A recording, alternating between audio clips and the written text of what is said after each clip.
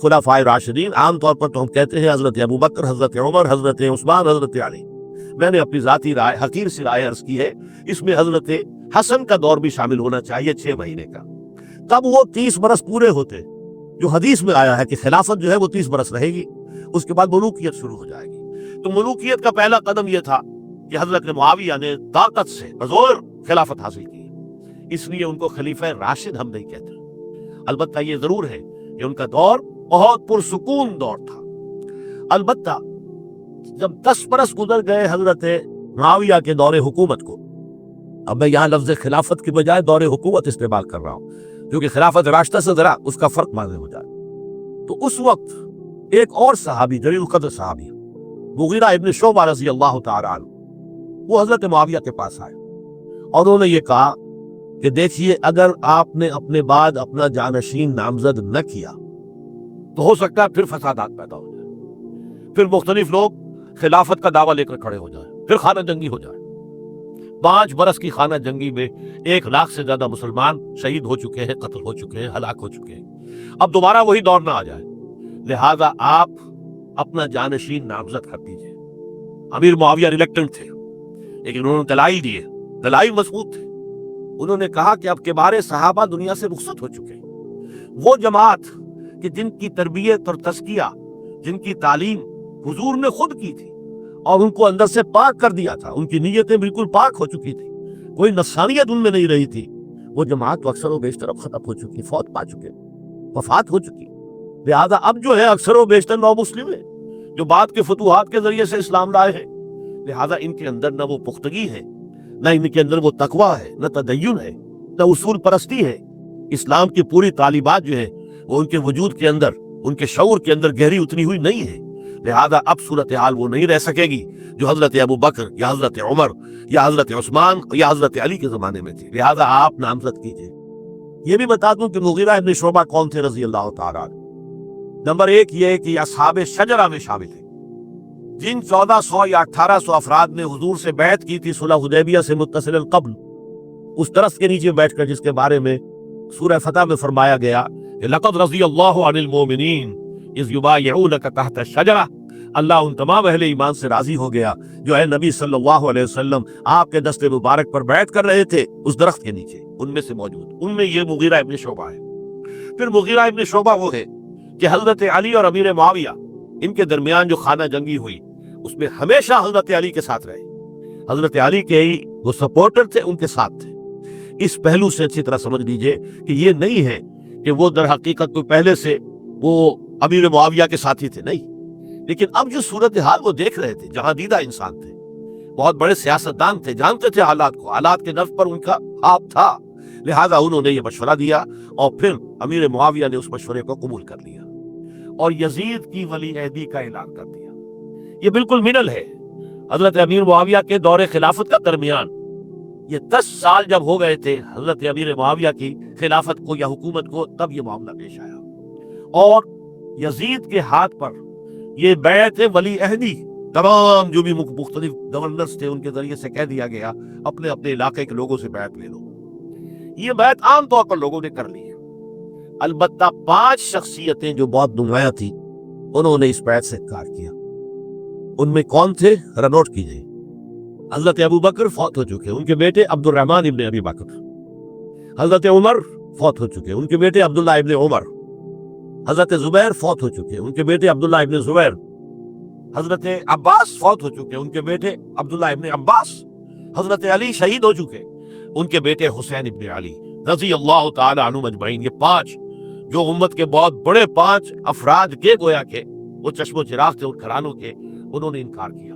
और इनमें खास तौर पर अब्दुर्रहमान इब्न अबी बकर ने ये जुमला कहा कि तुम चाहते हो कि कैसर व किसरा की सुन्नत पर अमल करो कि बाप के बाद बेटा हाकिम बन जाए। यानी एक कदम तो खिलाफत का निजाम पहले ही नीचे उतर चुका। मुशावरत से तो हजरत अमीर मुआविया का भी जो नस्ब हुआ है वो मुशावरत से नहीं हुआ। एक दर्जे में वो जो अल्लाह ताला के रसूल ने इबारत बनाई थी शानदार, उस खिलाफत का जो सियासी निजाम था उसमें एक तो कड़ी आ चुकी ज़वाल की कि एक शख्स ने ताकत के जरिए से खिलाफत हासिल कर दी। अब उसकी अगली कड़ी लाना चाहते हो कि कैसर व किसरा के तरीके से खानदान के अंदर, एक कबीले के अंदर یہ خلافت جو ہے، یہ حکومت جو ہے، نسل بعد نسل، باپ کے بعد بیٹا اور بیٹے کے بعد پوتا، اس کو ہم کبھی گوارا نہیں کریں گے۔ حضرت امیر معاویہ بہت دانشمند انسان تھے، انہوں نے ان پانچوں حضرات پر کوئی تشدد نہیں کیا، کوئی جبر نہیں کیا، بلکہ رہنے دیا، ٹھیک ہے یہ بیعت نہیں کر رہے، ابھی تو بیعت ولی عہدی ہے، کوئی حرج نہیں۔ لہذا کوئی جھگڑا، کوئی اس وجہ سے کوئی فساد، اس بنا پر کوئی جنگ نہیں ہوئی۔ 10 سال گزر گئے، یعنی 10 سال تک یزید ولی عہد رہا ہے، 10 سال تک، اور اس سوائے ان 5 بڑی شخصیتوں کے جو پوری امت تھی، عوام الناس تھے، ان سب نے اسے قبول کیا۔ یہ صورتحال اب جب پیدا ہوئی جب حضرت امیر معاویہ کا انتقال ہو گیا، کہ سن 7 ہجری ہے، اب سوال پیدا ہوا کہ وہ ولی عہدی کی بیعت اب بیعت خلافت میں منتقل ہو جائے گی۔ لہذا پھر یہ ہوا کہ سب لوگوں سے، سب گورنروں کو لکھ دیا گیا تمام صوبوں کے اندر کہ اپنے اپنے لوگوں سے بیعت لے لو۔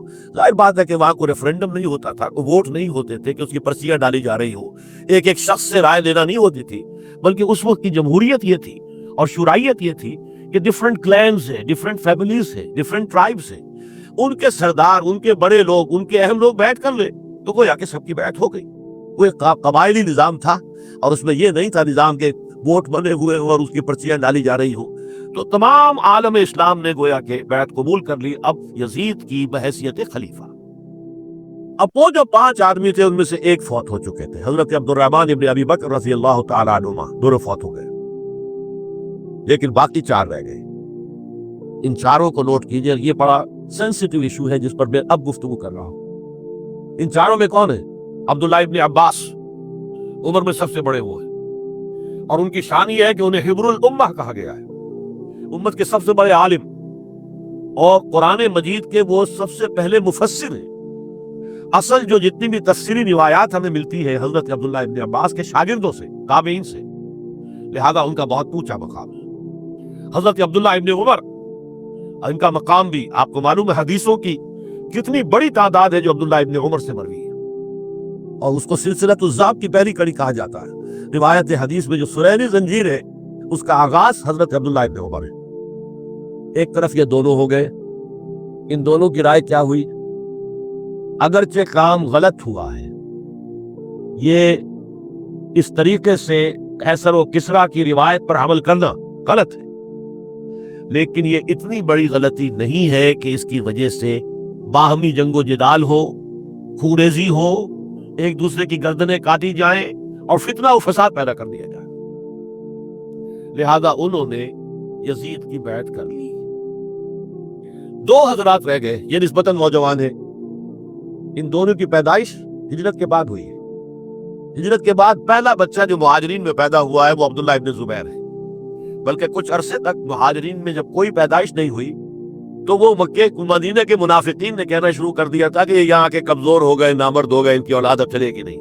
تو عبداللہ ابن زبیر جب پیدا ہوئے، اور آپ کو معلوم ہونا چاہیے وہ حضرت ابوبکر صدیق کے نواسے، حضرت عائشہ صدیقہ کی ہمشیرہ حضرت اسماء کے بیٹے ہیں عبداللہ ابن زبیر، اور زبیر بہت شجاع، بہت ہی بہادر انسان تھے۔ تو عبداللہ ابن زبیر کے اندر بھی وہی کیفیات تھی۔ انہوں نے کہا نہیں، اس غلطی کو ہم برداشت نہیں کریں گے، خونریزی ہوتی ہے تو ہو، لیکن ہم اسلامی نظام کو نیچے اترتا ہوا نہیں دیکھ سکتے۔